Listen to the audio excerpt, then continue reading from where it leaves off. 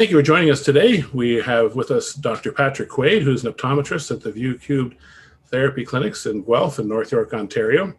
He's an author, and we have another author with us today as well, Elaine Uskoski, who is an author, speaker, and coach, and she's a special interest in the areas of video gaming addiction. Thank you both for joining us. Thanks for having us. Elaine, you've been doing this for a long time, and you have your own personal experience. What are some of the things that parents should watch for when they look at patterns and behaviors of their children? What are some warning signs that might be there that would help them identify sooner that something might be a concern when it comes to video gaming addiction?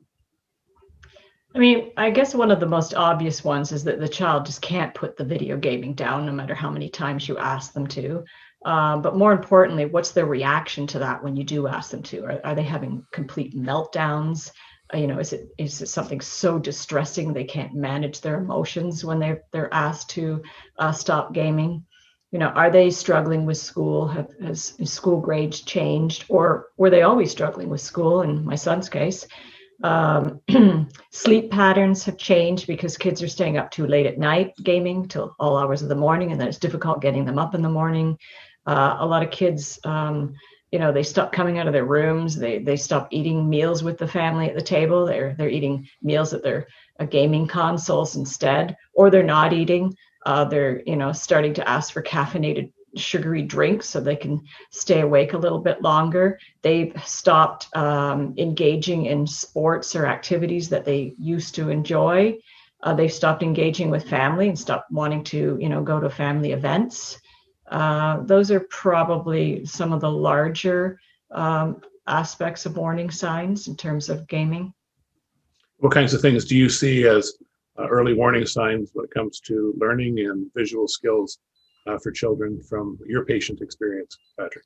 Well, I think I would look at it more from the lens of, is the kid thriving in school? And this is where I go back to the 17 visual skills, which we talk about in our book is, 2020, I can see size 20 font from 20 feet away. It is made out to be the be all and end all. I mean, there's 16 other visual skills like convergence or tracking and those are critical things to assess. So I think from a big picture standpoint, is the kid thriving at school? So are they not just, are they pulling down A's?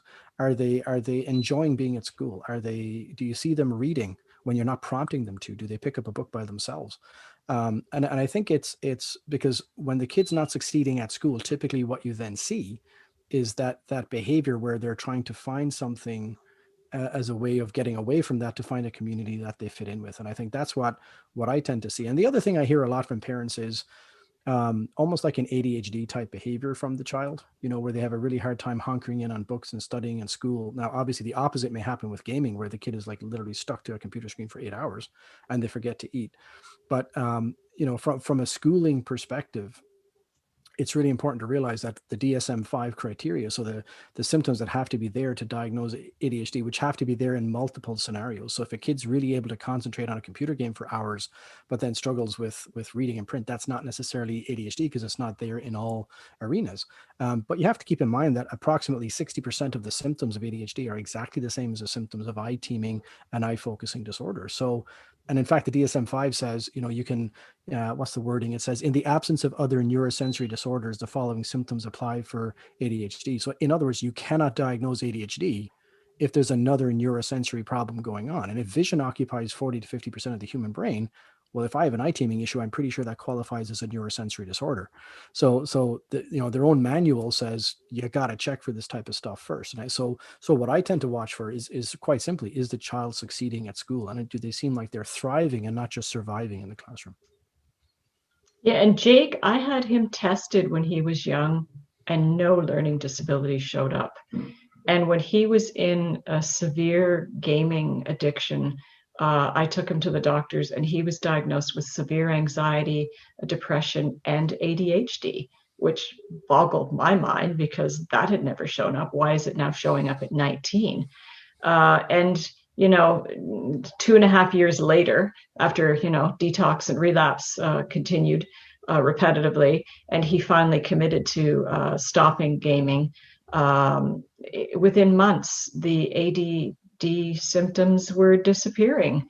the anxiety was manageable and the depression was gone. So, I had to question just how much of the aspect of gaming was creating this behavior. And as well, I had taken him to the doctors at age 7, and then he'd seen a neurologist at 14 because I was concerned about some tics, some facial tics and some throat tics that he was making.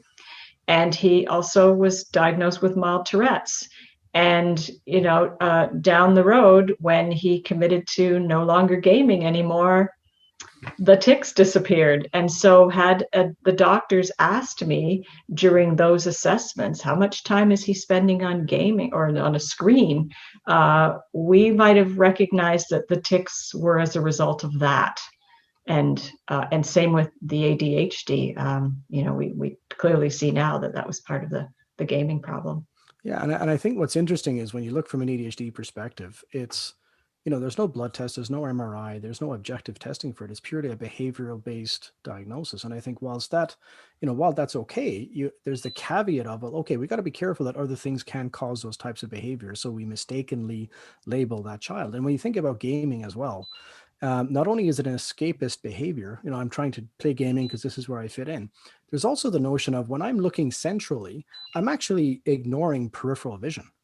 So peripheral vision is a really important part of your visual system. In fact, you only use about the central 6% of your vision for the 20/20 high acuity. I mean, if you can test that very easily by looking at a particular place and then without moving your eye away from that spot, seeing how much of the periphery is actually clear, and it's actually very little. So when you're on a computer screen for hours and hours on end, you're actually training the brain to not really attend to the periphery a whole lot. And I actually think long-term, there is absolutely going to be a consequence for that. I mean, when you're outside of a computer screen environment and things are moving in your periphery, you're probably going to have a harder time processing that peripheral motion. So for example, if I'm in the classroom, I'm looking at the teacher and something moves off in my periphery. Well, if I'm confident with my periphery, I can say, well, that's little Johnny moving his right hand. I don't have to disengage from looking at the teacher to look over and check out what the kid's doing. So that could be the kid that just goes squirrel, any sort of movement and they're gone. But you put them on a computer screen, they're locked in and zoned in because they, quite frankly, I don't mean this unkindly, but they don't care about what's going on in the periphery. They're so engaged on what's going on the screen. And I think that over centralization of vision, if I want to use that term, I think long-term is absolutely going to have a detrimental effect. I mean, there's been studies that have come out of the UK and Australia that have shown, one of the best predictors of whether somebody will become myopic or not or short-sighted. So their near vision's good, but their distance vision's blurred. One of the strongest predictors is number of hours spent outdoors, which is going to stimulate peripheral vision. So I think there's not only a behavioral component to this, I think there's actually a physiological visual stimulation component or lack of from a peripheral standpoint. We've been enjoying conversation with Elaine Uskoski, who's an author, speaker, and coach, and her interests in the area of video gaming addiction have been very helpful for us to hear today. We're also speaking with Dr. Patrick Quaid, who's an optometrist with the ViewCube Therapy Clinics in Guelph and North York, Ontario. He's the author of the book, Learning to See, Seeing to Learn, Vision, Learning, and Behavior in Children. Thank you both for sharing with us today. Thank you. Thanks for having us.